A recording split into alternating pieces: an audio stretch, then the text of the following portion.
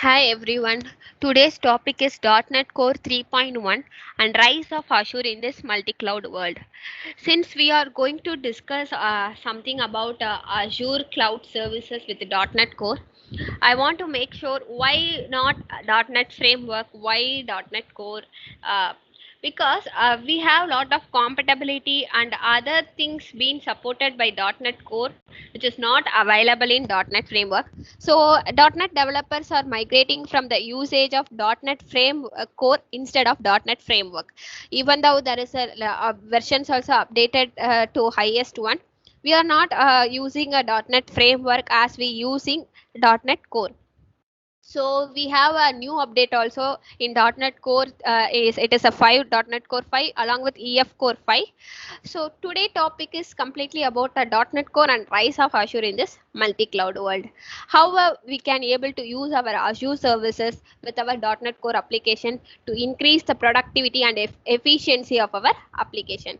Before that, I'm getting introduced myself. I'm Menaka Baskapillai, working as a software engineer at Accenture, and this is my Twitter handle. So thanks to the sponsor. So today's agenda is Azure Cognitive Service and .NET Core, Azure API Gateway, Azure Key Wallet, Azure App Service, Azure Kubernetes and .NET Core. Why I choose this particular service alone? Why not other services? There are a lot of services are available in Azure. Why this particular service alone? If you see, there are a lot of services available. In some cases, we don't need that much knowledge to use the services. In some cases, we need expert knowledge to work on that services with .NET Core. I chose this 5 services as an important and mandatory service that each and every .NET developer need to know when we are developing an application, because these services are been from very less code to where we need to use some expert knowledge, because services like a app service, we are not going to have a lot of code, we are just going to do by single click. Same thing will be applicable to other services where we are not going to use a lot of code, like application insights, where we can able to track the health and monitor the resource. We can use Azure Monitor and log analytics also. So these all are the service we are not going to use lot of code from the .NET end when we are inheriting that properties in our application or implementing those property in our application. But some services like cognitive service, API gateway, and Kubernetes service or need some knowledge or a background knowledge to work on that service. Even though we need some of the basic knowledge, we don't need to have a very expert knowledge to work on this resource with .NET Core. A simple basic knowledge is sufficient to work with this .NET Core. So I chose a cognitive service as an important, that is foremost knowledge of working with .NET Core is because each and every .NET developer can act as an AI engineer without the prior knowledge of machine learning. The main reason for this is we are not going to create a model or train a model, or we are going to perform any forecast or prediction analysis in machine learning end. We are going to use the readily available API that is available in marketplace, and we are going to implement the solution based on the requirements. For this scenario, I will give some of the explanation.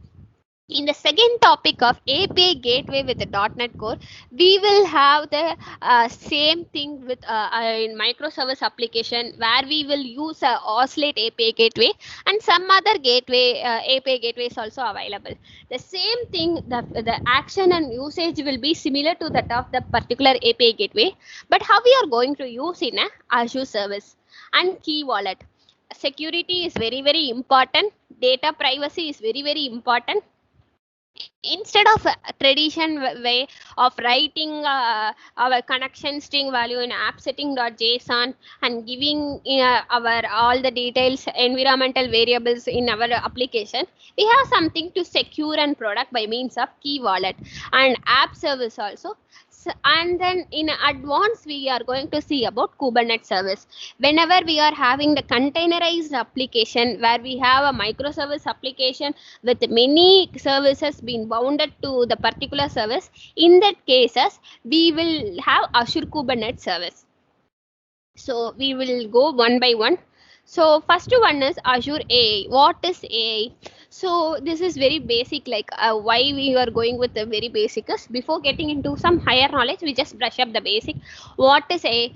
When the machine acts as a human, then it is known as a artificial intelligence. So we are going to implement the human activity in machine. So that is what exactly AI means. Why Azure for AI? Since Azure have services that been supported lot for AI activities since after this build 2020, also lot of services as a preview version been available, and it have also the expert certification, so we can use Azure for AI. What is Azure Cognitive Service? The normal cognitive service of humans related to conversing, spelling, thinking, recognizing. So we are going to use all the human cognitive service with Azure, then it is known as Azure Cognitive Service. What we can do with Azure Cognitive Service for face? There are a lot of face APIs and text analytics API and voice recognition API are available in Cognitive Service. We are going to simply take face API based on one project requirements. So how we are going to integrate our .NET Core application with Azure Face Client? As I said before, we can able to integrate our .NET Core application with any other services with Azure Cognitive Service, not only Azure Cognitive Service, with all Azure services. I choose the particular Face Client library because we are using the client library instead of REST API. To distinguish the usage of Face Client library with REST API, I choose integrating the Face Client library with .NET Core application. So let's see how we can use this.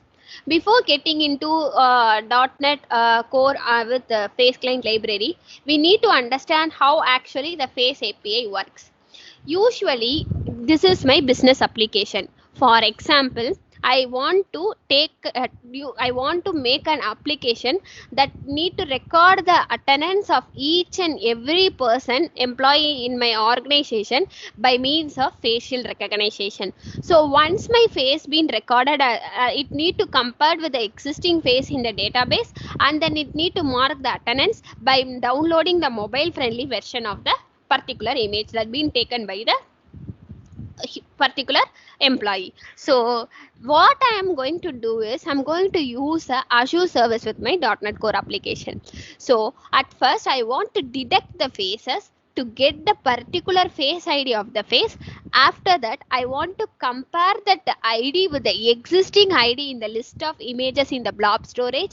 Once after that, I'm going to use Azure function to make it as a downloadable version to my mobile phone. This is an activity I can able to do if I want to create an application for tracking an application by means of face recognition.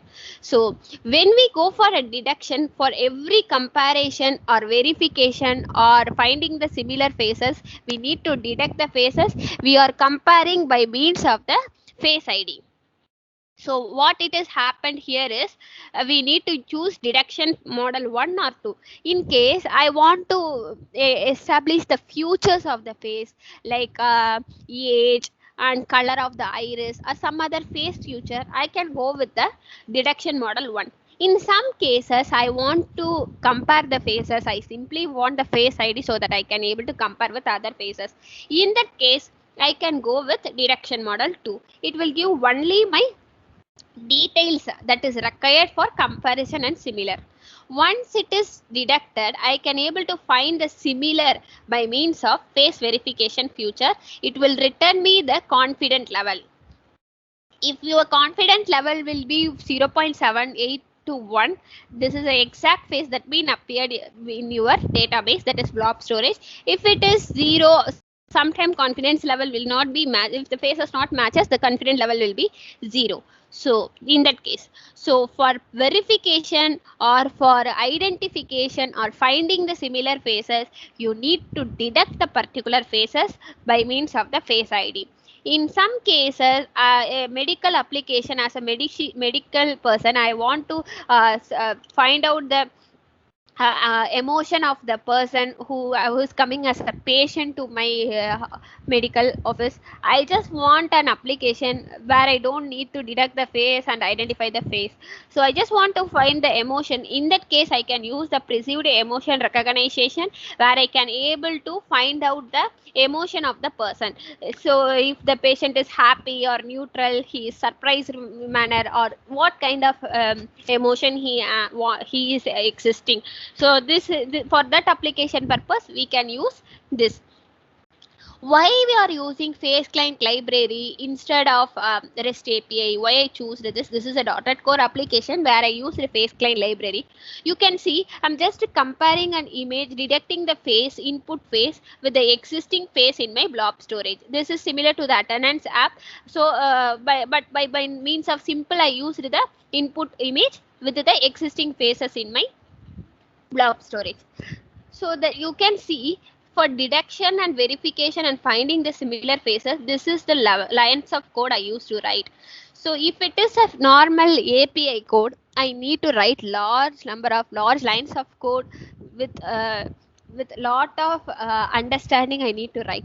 It is similar to that of EF core, where we have the existing classes available and methods are available, pre-built methods are available. So lines of codes will be reduced. So in that case, face client library act as a important and easily usable code by means of face client library. So here we can see normal Azure. Whenever we are going to use a normal Azure service, we will have the Azure endpoint along with the key. And then we will have the recognition model. There is recognition model is nothing but it is a detection model. If you want complete information like a type of eyebrows or type of iris your eyes have, or a particular recognition of age or gender, in that cases you can use recognition model 1. If it is only face ID I'm going to compare, you can go with recognition model 2. And then I need to authenticate my endpoint and URL. Once it is authenticated, I can able to find the similar faces. This is the input face, sorry,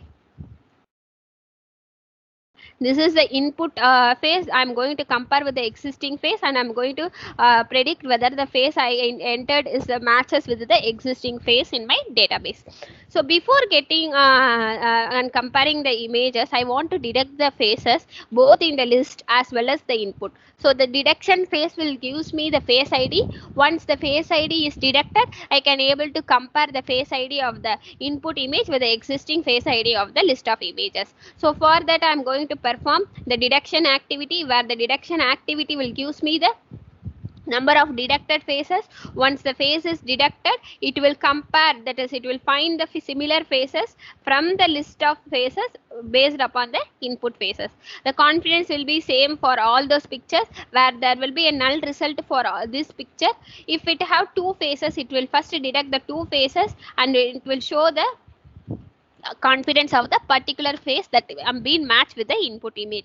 So this is how we can use the Azure AI service by simple means in a .NET Core application, where we don't need to have the knowledge of machine learning for employing the cognitive activity. The other case where we can use Azure Cognitive Services chatbot.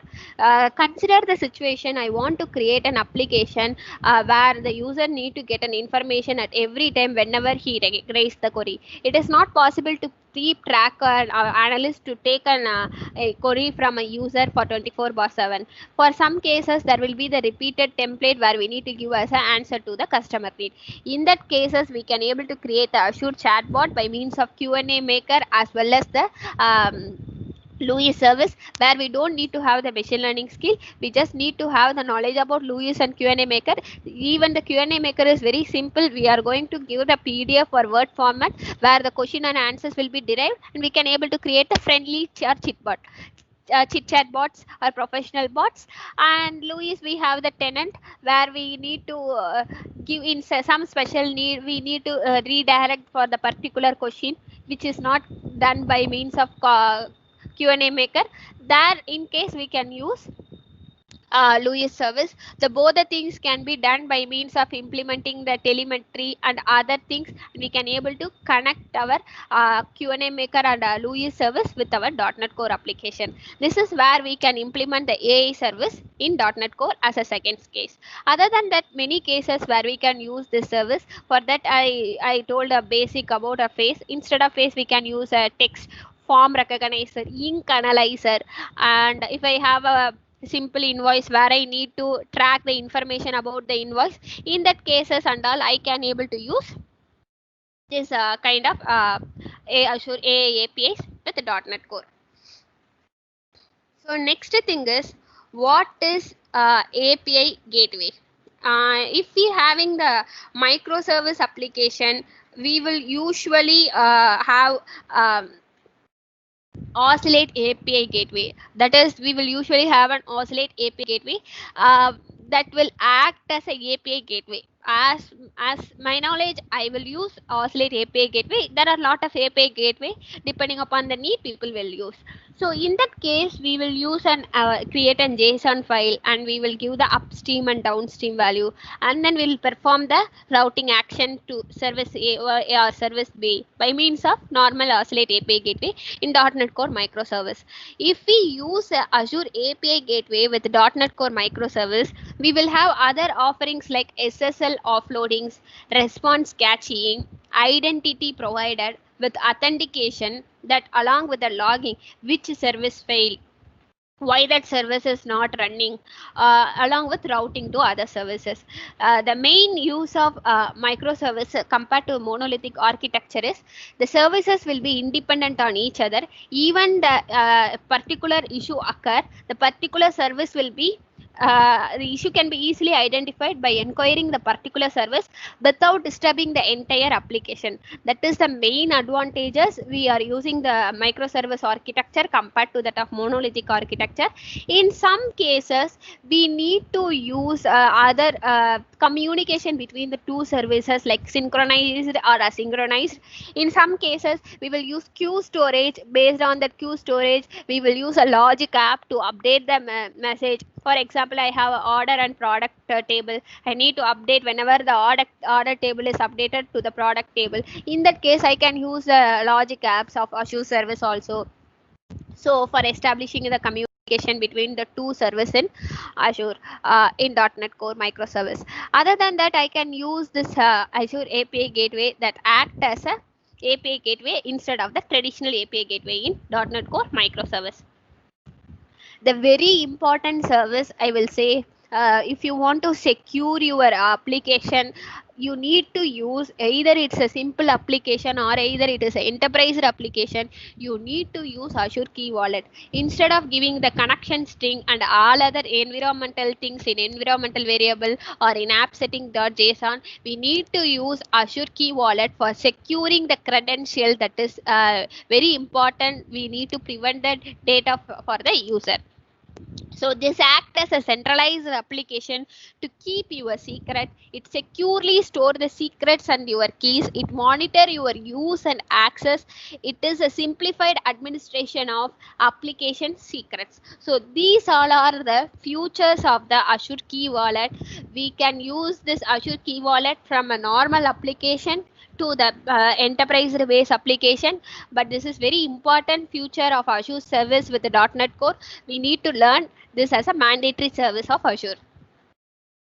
So Azure App Service. In other services, we need at least some of the very basic knowledge to use with .NET Core. But for Azure App Service, we don't need that much knowledge, because if we already have worked in .NET Framework, the steps are similar. By a single click, we can able to publish our app and make it live, and we can use the remote debugging option also. We can enable the CORS policy, and we can implement authentication within minutes along with the deployment slots with the scale on demand. So app service can be performed in many, publishing an app in an app service, Azure App Service can be done in many ways. For example, we can able to publish by a single clip, or we can able to download a template and then we can publish. In microservice, we need to publish each and every service that can be avoided by means of using the containerization, that which will be discussed in further. So in that cases, app service is also one of the important service that need to be learned as a .NET Core developer. So even though Azure Kubernetes service is not a very important service that need to be learned as a beginner, but it is a very important service that need to be learned as an intermediate or advanced developer, because as a beginner, Azure Kubernetes service is something that deals with the Docker image, artifacts, everything. So that is not very important to be learned as a beginner stage of the .NET development career, but it's very important if you are going with the microservice application, containerization, Docker, and performing other activities of publishing, deploying your containerized application. We need a Kubernetes service, because if a simple Azure function app also need a Kida service to be get deployed into the Azure.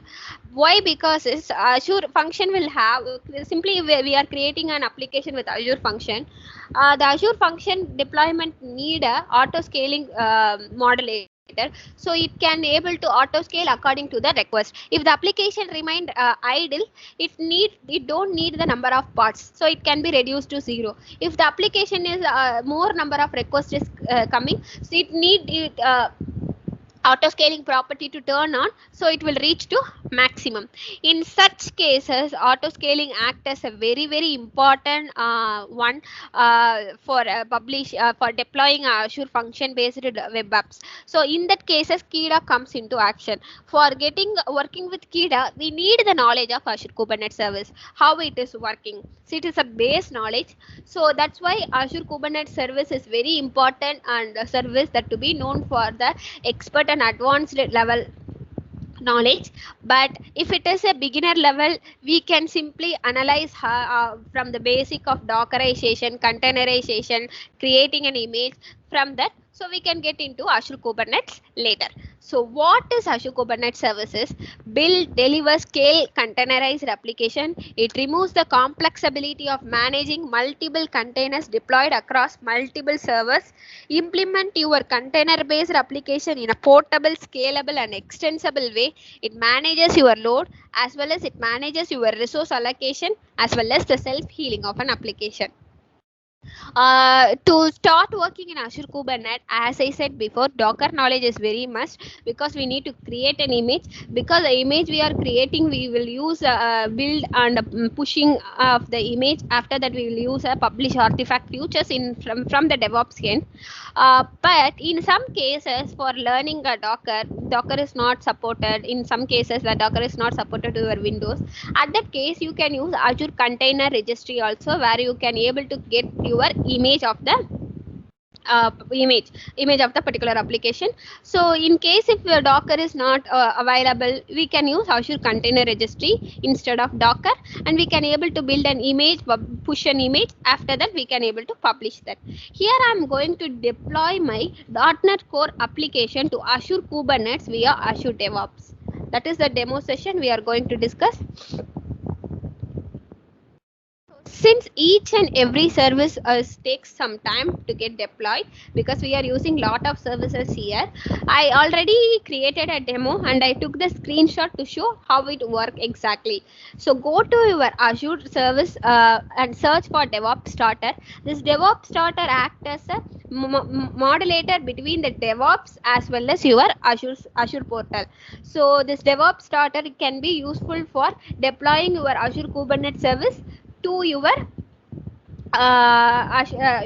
.NET Core application to your Azure Kubernetes service via Azure DevOps. So what next step is, it will ask you the template of the application that you want to deploy in your Kubernetes service. I choose the .NET because I am going to deploy .NET Core application. Once after choosing .NET, it will ask you either it is a ASP.NET or .NET Core. Since we are deploying our .NET Core application, I am choosing the .NET Core. Once it is done, we will be taken into the service page where we are ready to deploy our ASP.NET Core into our Azure Kubernetes service. It will ask your project name and the DevOps organization.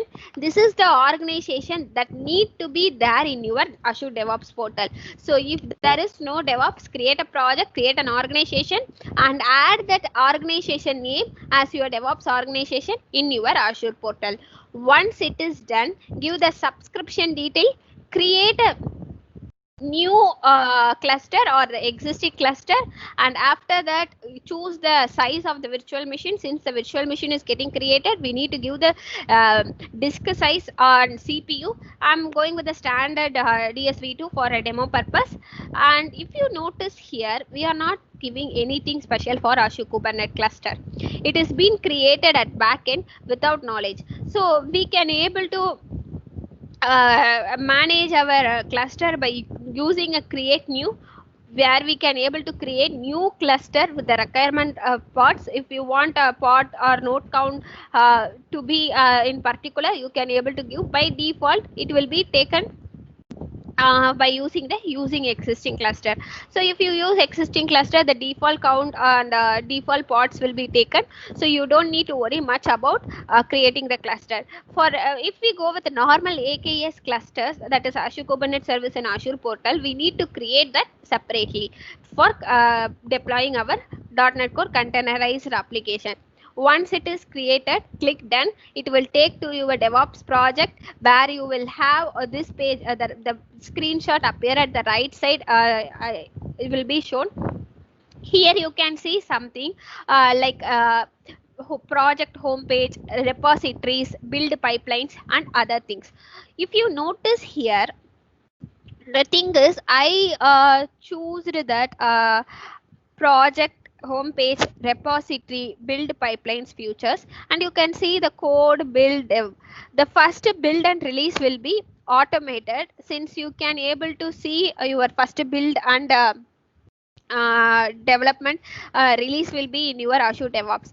The futures that been marked highlighted will take you to the particular. If I'm go to project homepage, it will take to my Visual Studio project where this project is exactly located, and repository also it will take to me in Git along with my build pipeline. This build pipelines will take me to my DevOps, where I can able to see the build pipeline details. So once it is done, my application is also deployed. I can able to view my application by means of sample app with the namespace and the external endpoint. This external endpoint is the URL. When I click this endpoint, I can able to launch my application. If you come below little, you can able to see the Azure Kubernetes cluster along with the version of the Kubernetes. So this is the application that been launched after the deployment. This is the sample application I deployed, .NET Core application I deployed after launching my deploying my .NET Core into Azure Kubernetes via Azure DevOps. If you see here, I can able to update my application also. That can be done from my DevOps end. I can update either I just for a demo I updated my index file alone. So I can able to update my things, and then I can able to redeploy that. So the changes can be shown here. So some changes will be changes without doing much alteration in your DevOps end.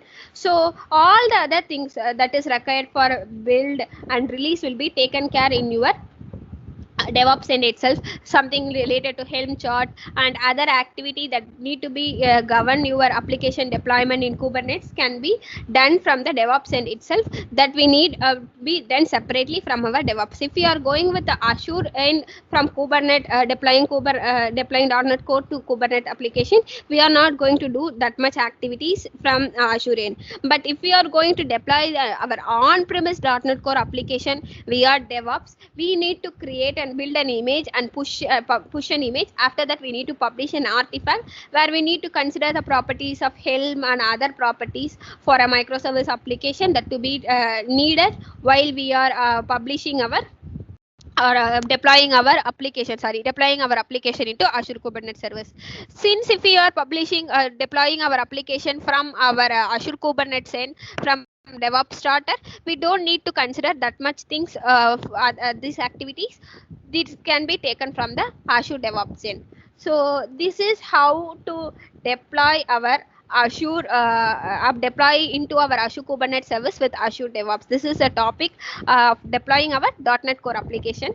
This can be done in another level by means of Docker also, but I prefer to use Azure Container Registry for getting an image, because in some cases Docker will not be supported for every user. So we can use a container registry where we can register and we can get an image, and we can use that as our image to perform other activity what we are doing in our DevOps end. So these all about today's topic. As I said before, the cognitive service, API gateway, Azure API gateway, key wallet, app service, and Kubernetes. I chose some of the basic topics onto the advanced topic. There are a lot of service, so we cannot explain each and every topic. Every topics can be incorporated with our .NET Core application, but we cannot able to learn every topic in a single year. It will take lot of time to learn each topic. Some topics like Cosmos DB, where it contains APIs like Cassandra API, SQL API. That kind of things will need some of the knowledge. That DB knowledge need to be known, because we need to have the knowledge of SQL in some cases. And in another case where we have the blob storage, that in that cases where we don't need very high expert knowledge, where we need to know how to manage your file or text format images in your Azure, as I said before, in attendance application. So all the services are useful, and all the services can be incorporated easily with your .NET Core application. As I shown, like a face client libraries, we can able to incorporate.